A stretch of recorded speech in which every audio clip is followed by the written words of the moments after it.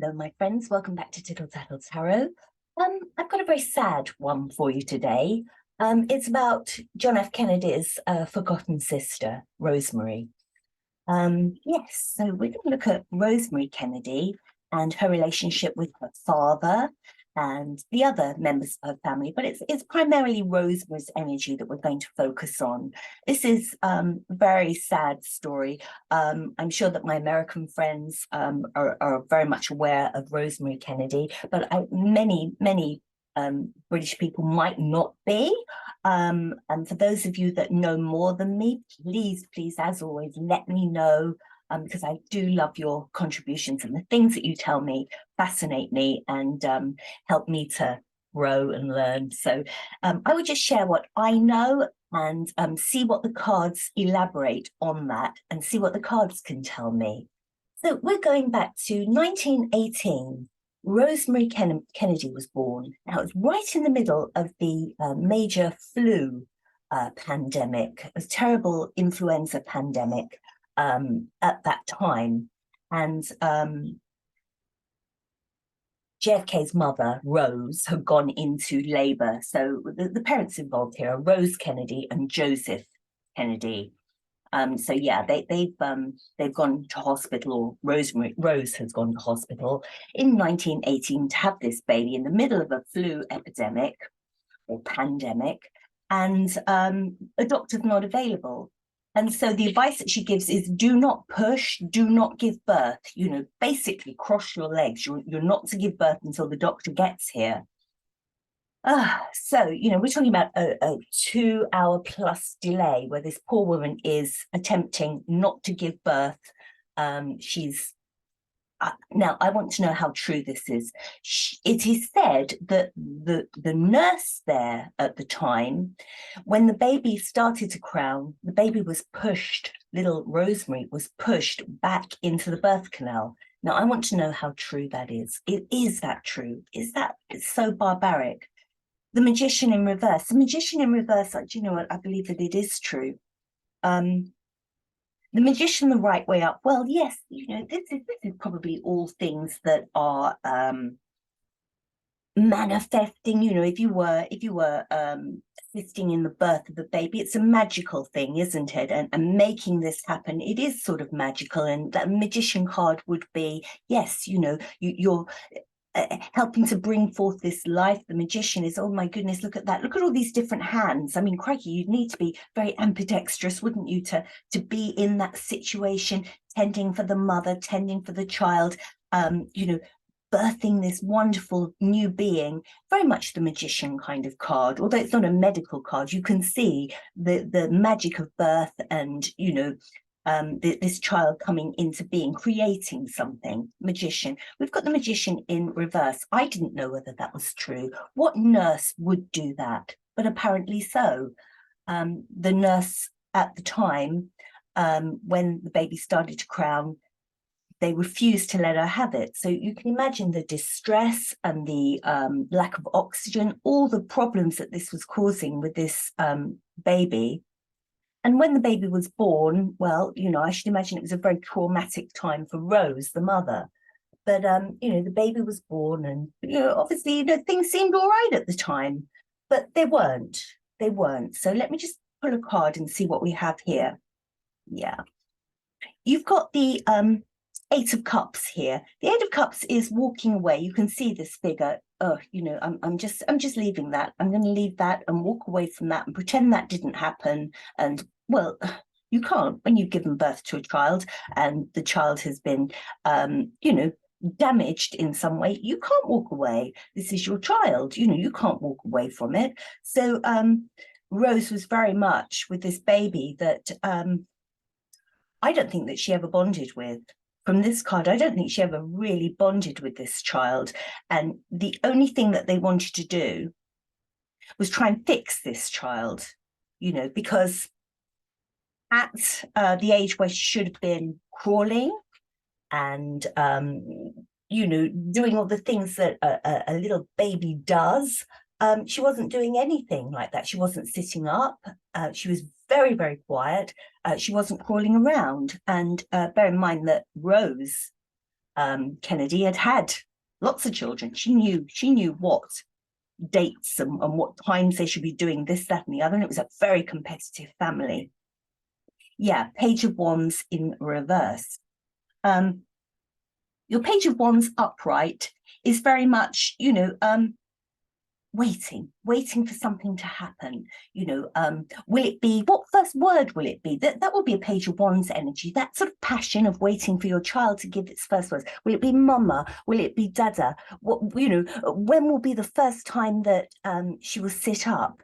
When will be the first time? Will she stand? Won't she stand? It's very much that sort of just waiting, balancing and waiting. Well, we haven't got that. No, it's not happening. There's no waiting for this because the child is not talking. The child isn't sitting up, not making any attempt to stand. So it's very much sort of standstill. So, oh dear. So now you've got the situation. I want to know about Father Kennedy. Oh, Joseph Kennedy Sr. This is not a union card. Union card is like, this would be mother and father working together. Let's do the best for our little girl. Mother and father, the cups of love between them. Let's do the best for this child. Let's, get her the best physiotherapy. Let's sort of smother her with love. And, we will cope with this. Whatever happens, we will cope with it. We haven't got that. We've got this in reverse. And I see that as Joseph Kennedy's reaction and Rose's Kennedy reaction. It was they did not know what to do with this, and rather than be loving and nurturing, I think both to some extent separated away from this child, especially Joseph the male, especially him. So I want to know about the competitive aspect of this family. You've got 6 children. This Father Kennedy, Joseph, who's incredibly competitive, wanted his children to succeed in education, wanted them to be the best in sport. It was a highly competitive atmosphere. What have we got here? King of Swords, there he is. There is Joseph Kennedy. This is, your grades aren't good enough. I expect more of you. This is the King of Swords in like his worst aspect, his sort of, I'll tell you the truth. You're not working hard enough. That's not good enough. You got a D? You got a D? What on earth are you getting a D for? Are you an idiot? You got a B. Well, B's not good enough. You should have got an A. That sort of continuous pitting the children against each other, which one's going to win this? Which one's going to win that? So King of Swords is never thinks from the heart. It's not thinking from the heart. It's always from the head with cutting words. So this is Joseph Kennedy's attitude to being a father. He was a King of Swords, and I don't see that the energy that I'm getting from that. It's not the King of Swords that is just like the plain speaking, good man. This is the hard King of Swords. This is a hard father. So in particular, what did he feel about Rosemary in particular? Hierophant in reverse. Okay, yeah. Hierophant in reverse. Well, the Hierophant up the right way. This is interesting because they were Catholics. This is the Pope card. This is right and just and the Pope and, laws and rules and regulations, and we have a code of ethics and we live this way, and, we live by the 10 Commandments. It's that sort of Hierophant, very, not necessarily religious, but we have a code of conduct in the Kennedys, and, all of my children follow this, and, no, we've got this in reverse. This is feeling like, this child is not one of us. She doesn't,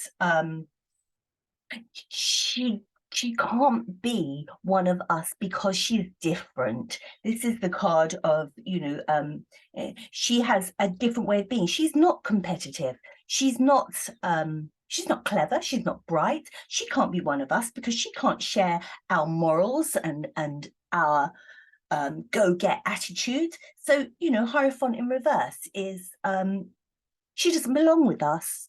Her way of being, the way she is not Kennedy. It's not Kennedy. She's not the Hierophant. She's not part of our rules and regulations and our go-getting attitude. This is something different. Wow. God almighty, this is terrible.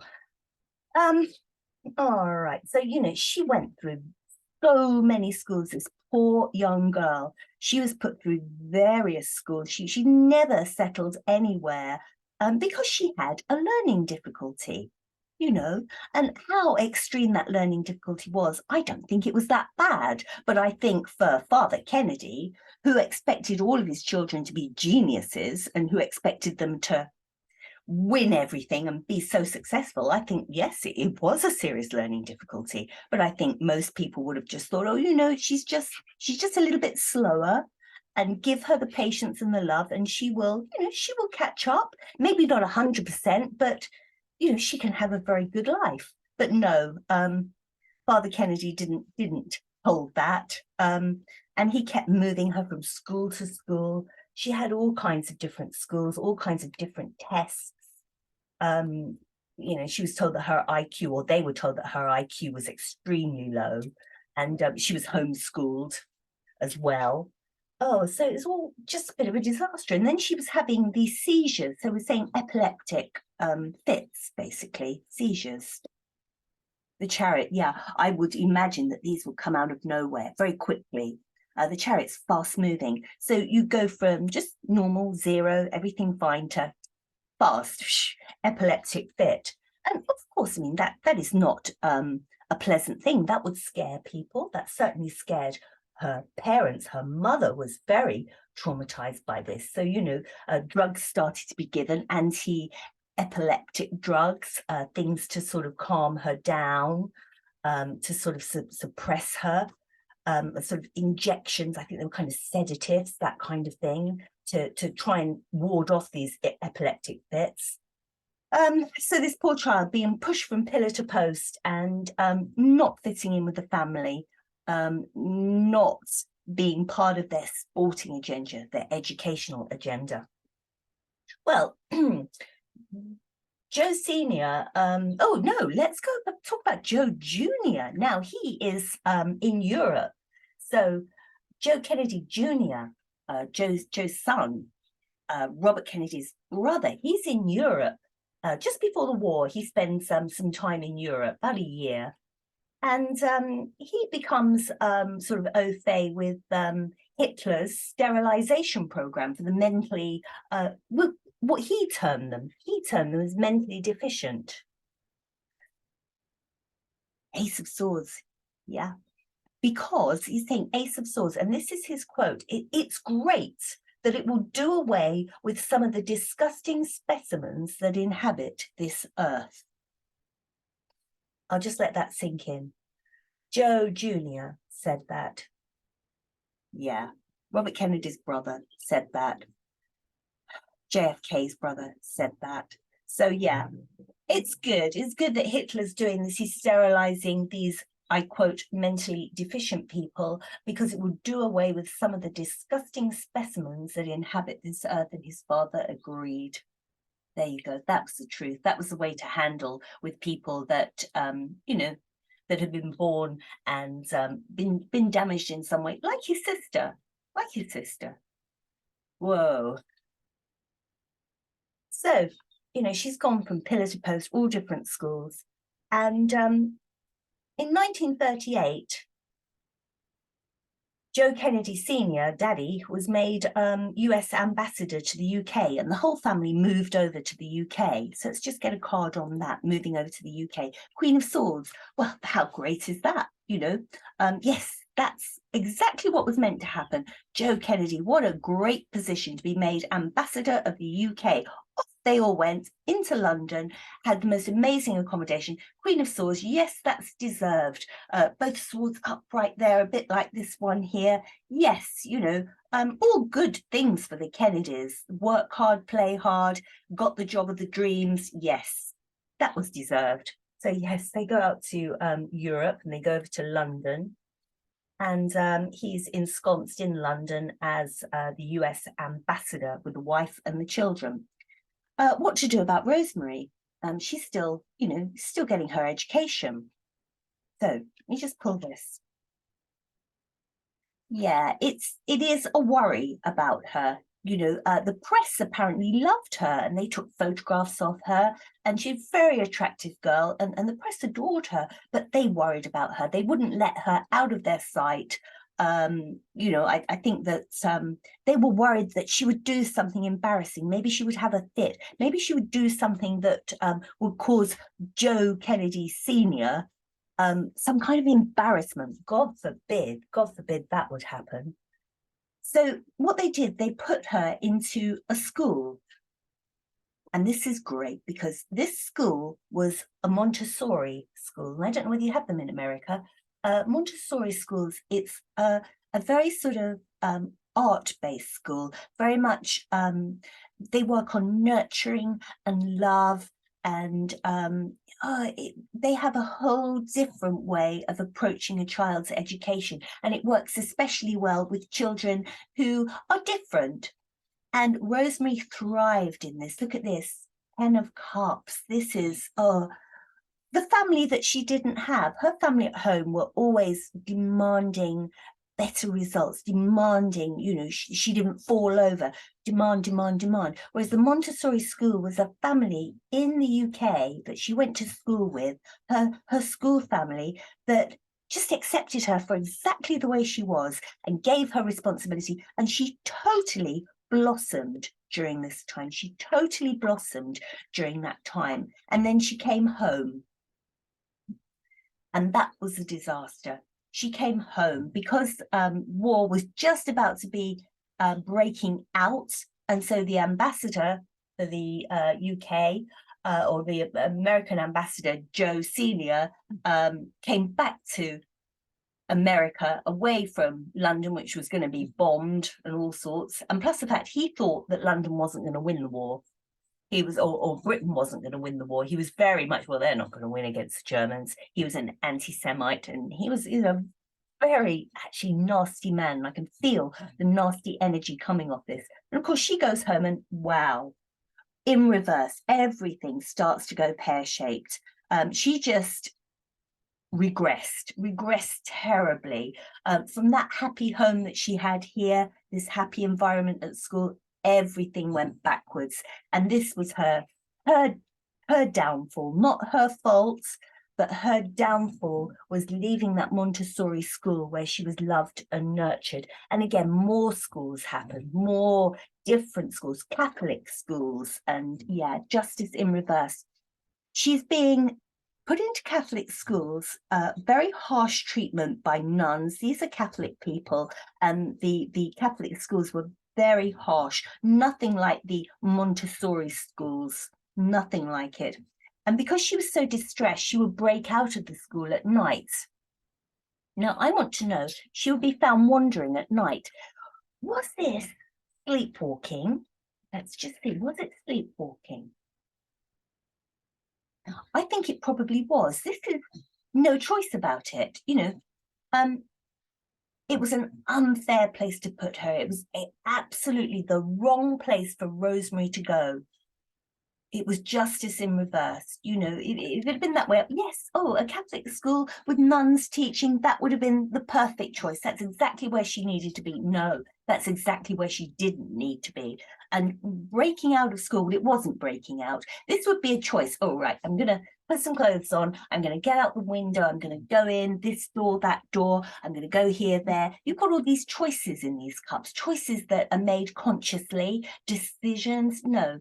I actually think it was a case that she was probably still on so much medication that she kind of slept walked, and she'd be found very disheveled and out and about. And the nuns, bless them, the nuns thought to themselves, well, she's out meeting men, and she's out doing bad things with men, and we're worried she's going to get pregnant. Sneaking away, sneaking off with men, getting money from men, doing all these things. Look at this creature here. But this creature here with the man looking over his shoulder, what's she doing with men? What's she doing with men at night? Of course, she wasn't doing anything with men at night. She was just, poor girl, she was sleepwalking because she was so drugged up on, various anti-epileptic medicines, anti-seizure medicines. So, I mean, this is your greedy miser card, but the energy that I'm getting from this is, the girl going out in a state of somewhat undressed because she probably, probably still in her nightwear, going out in a state of undress, and they're thinking, oh, well, she must have been doing something sexual, something bad, and there's a man looking over his shoulder, he's done something, he's got money, perhaps give to her. Oh, just thinking the absolute worst. Oh dear, oh dear, oh dear. So basically, time goes on. Rosemary gets to be about 23, and father, he's long since resigned as ambassador of the US ambassador in London because of his anti-Jewish sentiments. He never thought the UK would win the war, and so he'd long gone. He was not doing that job anymore. He heard about an experimental brain surgery called a lobotomy, and it would stop any of these outbursts, because she was getting very frustrated. I think all she ever wanted was to go back to the Montessori school where she was treasured and nurtured and had responsibility. And so at home, and especially being accused of these dreadful things, going off and meeting men and, being in this horrible school environment, the demands from the parents to, do better, etc., etc. So she was getting violent and very aggressive and upset. And it was a form of depression, I believe. Yeah, we've got the sun upright. And I think that shone a light on her state of mind. Let's put another one here, because the sun isn't a depression card. It isn't a depression card, but I think it's shining a light. Yeah. The Knight of Swords. This is that quick energy. I think this is talking about the actual lobotomy. Right, somebody has come up with this surgery, this idea about doing this surgery. It shone a light on the problems we have with this daughter. This, ta-da, is going to cure it. It's going to cure it. What amazing. The sun has come out. We're going to cure our daughter. We give her a lobotomy. That will calm her down. She can be managed. She won't embarrass us anymore. Ta-da, the sun's come up. Yeah, we'll do that. And quick. He did it snicker-snack as quick as he could. Knight of Swords is going in. Shark attack, quick. He arranged it all. Yes, do this lobotomy on my daughter. I think that there was very little communication between him, his wife, the rest of the family. Yeah, do it, book her in, do it, because this is going to make the sunshine for everyone. She's going to be manageable and she won't embarrass me anymore. Yeah. So he booked her in. He booked her in for this. The Devil, Temperance in reverse. Yeah. What a bloody disaster. She had this frontal lobotomy. She was awake during it, and they're doing the classic thing, getting her to count, getting her to recite things, just so that they can make sure that they are inserting in the right place. And suddenly she stops counting and goes silent. Well, at that stage, the lobotomy has gone terribly wrong. They've reduced her to the intellect of a 2-year-old. Temperance in reverse. This is not balanced. This is unbalanced energy. This is experimental stuff where the surgeon doesn't know what he's doing. It's all experimenting on live humans. And this is what was going on. And temperance in reverse is devil energy. And how much of a devil do you need to be drilling into someone's skull as an experiment, basically? Oh, so this poor girl, she is now reduced to needing 24-hour care. She can't walk, she can't talk, the full stop. There's no new start. The thought was, oh, the sun, this will make her manageable. She won't embarrass us anymore. How great. You know, this will be the sun on all our problems. It will sort them out, do it quickly. Well, it all went horribly wrong and there was no new start for Rosemary. The Fool in reverse. You could say, yes, it all worked. If it had been all this way up, yes, you know, temperance. What an amazing thing that you did. It was the balance, it was right, you know, it was just, everything worked perfectly. It was the soothing balm that she needed to sort out her mental problems. And she went off and she lived happily ever after. No, that didn't happen, did it? It was a devilish thing. It was a wrong thing. It stopped her life totally. So then she's left with years of physio. And she gained back a little speech. Here we go, King of Pentacles. Money was thrown at this by Joe Sr. Oh my God, did he spend money on this? Kept her out of the way, kept her in a home thousands of miles away from them. Hey, so she was in luxury. She never wanted for anything, but he never saw her again. His wife never saw her again. And he didn't tell the children where she was, but King of Pentacles, he made sure there was plenty of money to look after her. So, you know, he sort of paid for his error there. But he never had any contact with her after that.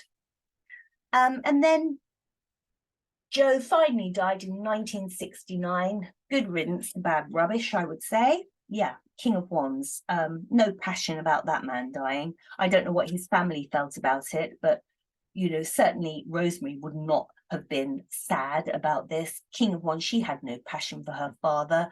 I think that, I don't know what the other children felt about their father, but this man was a tyrant.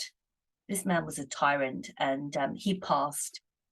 And it wasn't until he passed, till the King of Wands had been extinguished, that then the Kennedys started to embrace Rosemary, and they started to have her, you know, at family reunions, at visits. They actually found out where she was, because I think for a lot of time, the King of Pentacles, he just paid the bills, but refused to say where she was.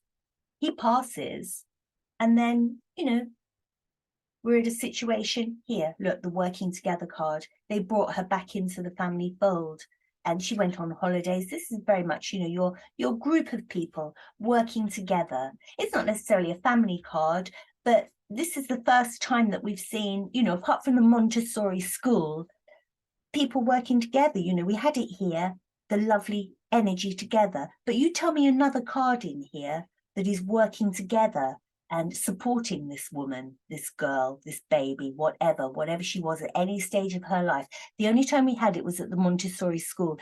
Everything else has been very dark energy, very, you've let us down, you've not done well enough, we're turning our back on you, you don't belong here, you need to be fixed. And then at the end, when Joe Kennedy had died, the family came together more. And I believe that JFK, he initiated a bill to improve the quality of life for people with disabilities when he was president. That was one of the bills that he brought forward. But what a terrible, terrible life this poor girl had. And she was beautiful and very vibrant. And as I say, when she was in the UK for that short time, the press adored her. She was adored by her Montessori school.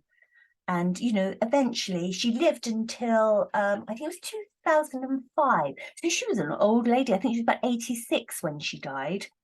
So she had a long life.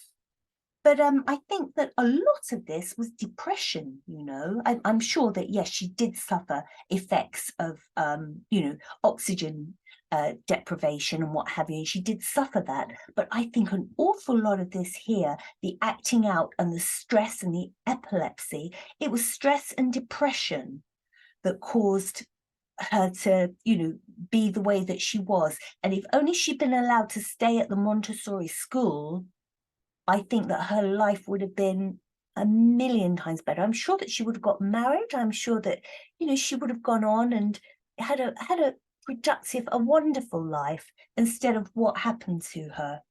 Let me know what you think. I'm sure that there's a lot to this story that I don't know. And please, if you know more, please tell me. I can't say I enjoyed doing that, but the messages were so strong coming off it. It flowed, and I just understood the cards and I understood the feeling from the cards. So it was a very powerful reading, and I hope you got something from that. I will leave it there with you, and thank you for tuning into this one. Bye-bye.